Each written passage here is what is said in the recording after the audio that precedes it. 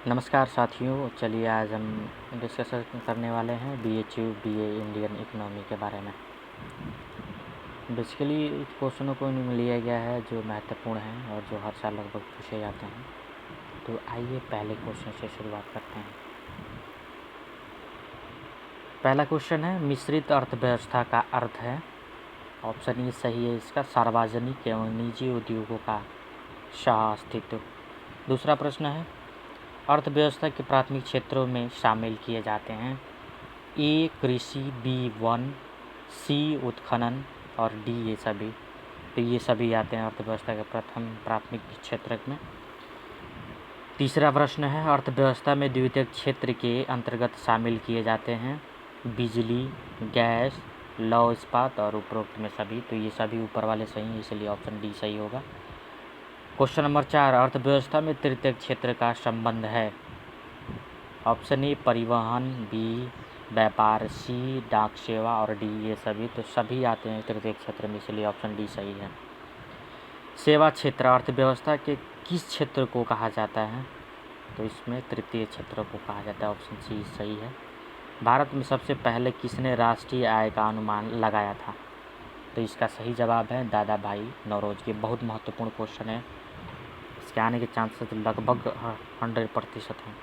अगला सवाल 7वां, भारत में राष्ट्रीय आय की गणना करने का श्रेय कौन करता है?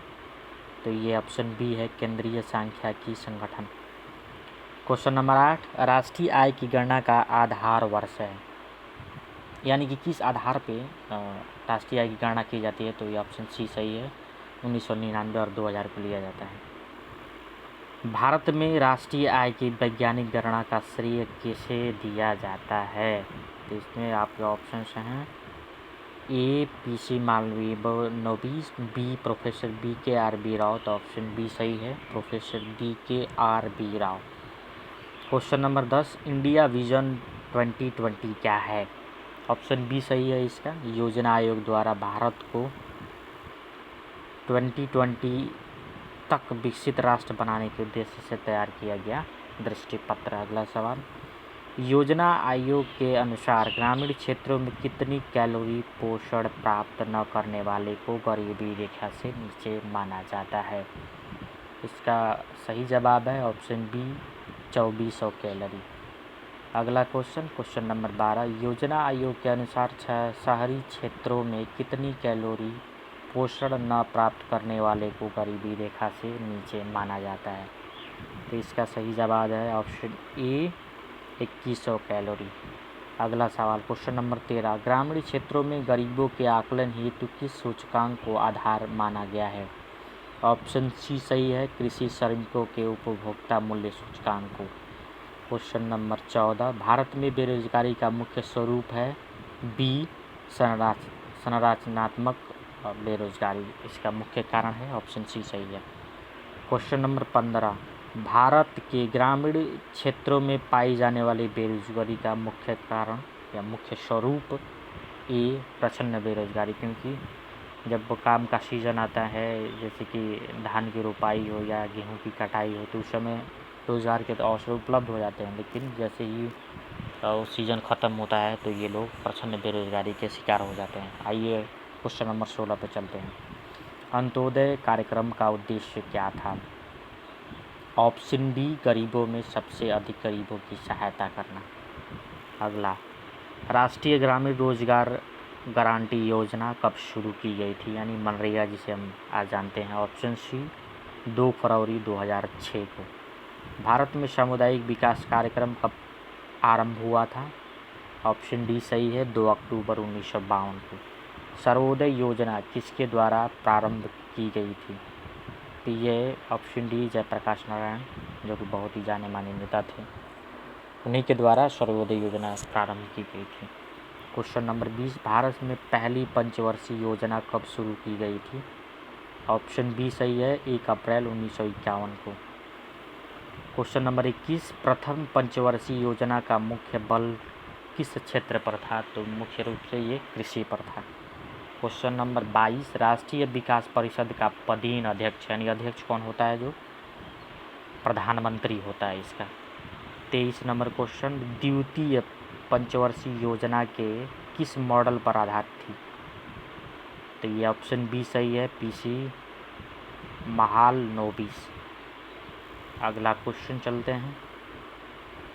क्वेश्चन नंबर 24, द्वितीय पंचवर्षीय योजना में किस क्षेत्र के विकास पर सर्वाधिक बल दिया गया था? तो ऑप्शन सी इसका सही है, उद्योग। क्वेश्चन नंबर 25, निम्नलिखित में से किस इस्पात कारखाने की स्थापना द्वितीय पंचवर्षीय योजना के दौरान की गई? इसका option A Bhilai, option B Rourkela, option C Durgapur, option D ये सभी। क्योंकि ये सभी एक ही साथ बनाए गए थे द्वितीय पंचवर्षीय के साथ, इसलिए ऑप्शन डी सही है। क्वेश्चन नंबर 26, योजना अवकाश काल किस अवधि को माना जाता है? तो ऑप्शन सी इसका सही है, 1966 से 1969। क्वेश्चन नंबर 27, निम्नलिखित में से किस योजना के दौरान भारत में हरित क्रांति का आगमन हुआ? तो इसका सही जवाब है ऑप्शन डी, योजना अवकाश काल। क्वेश्चन नंबर 28, बोकारो इस्पात संयंत्र की स्थापना किस योजना के दौरान की गई? ऑप्शन सी सही है इसका, चतुर्थ योजना के दौरान। अगला क्वेश्चन नंबर 29, 1 रुपये के नोट पर किसके हस्ताक्षर होते हैं? ऑप्शन बी वित्त सचिव का।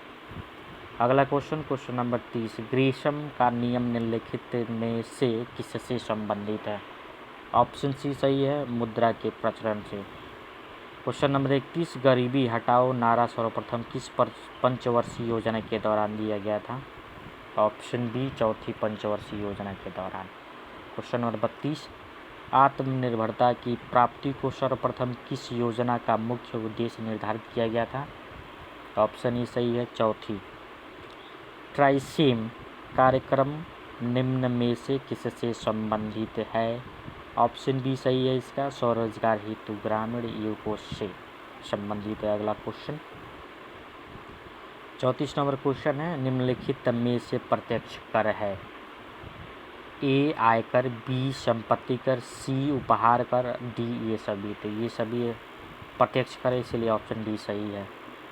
निम्न में से केंद्र सरकार द्वारा लगाए जाने वाला या वाले कर हैं? ऑप्शन ए सीमा शुल्क, ऑप्शन बी निगम कर, ऑप्शन सी आयकर, डी ये सभी।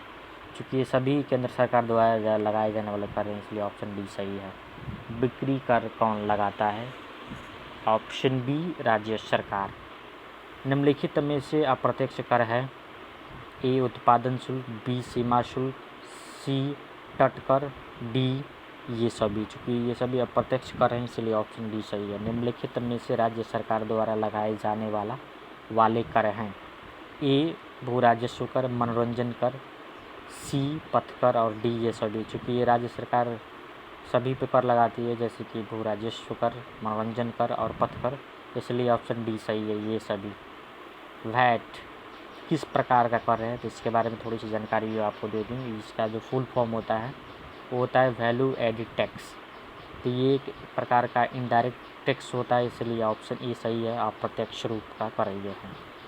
भारत में वैट कब से लागू हुआ? वैल्यू एडिड टैक्स, ये ऑप्शन सी सही है, 1 अप्रैल 2005 से। क्वेश्चन नंबर 41, निम्न में से किस समिति की संस्तुति पर भारत में वैट यानी वैल्यू एडिड टैक्स लागू किया गया? ये ऑप्शन बी सही है, एल के झा समिति। निम्न में से प्रत्यक्ष कर है? निगम कर, ऑप्शन ए सही है। भारत में आर्थिक सर्वेक्षण सरकारी तौर पर प्रकाशित किया जाता है? ऑप्शन सी सही है, वित्त मंत्रालय द्वारा आर्थिक सर्वेक्षण सरकारी तौर पर प्रकाशित किया जाता है। निम्न में से कौन सा अवशिष्ट अर्जन है? ऑप्शन डी ब्याज। भारतीयों द्वारा सीमित देयताओं द्वारा वाला संचालित पहला बैंक था? Awadh commercial bank. अगला क्वेश्चन नंबर 46, भारतीय रिजर्व बैंक की स्थापना कब की गई थी? ऑप्शन बी सही है, 1 अप्रैल 1935। वर्तमान में राष्ट्रीयकृत बैंकों की कुल संख्या है 19। करेंसी नोट प्रेस अवस्थित है, यानी करेंसी जहाँ पे प्रिंटिंग की जाती है वो अवस्थित है कहाँ पे? तो वो है ऑप्शन ए नासिक में। Question number 49, state bank of India का राष्ट्रीयकरण कब किया गया था? ऑप्शन सी सही है, 1 जुलाई 1955 में। भारतीय रिजर्व बैंक का मुख्यालय कहाँ है? ऑप्शन डी इसका सही जवाब है, मुंबई। भारतीय जीवन बीमा निगम की स्थापना कब की गई थी? ऑप्शन ए सही है, सितंबर 1956। निम्न में से कौन सी संस्था शेयर बाजार पर नियंत्रण रखती है?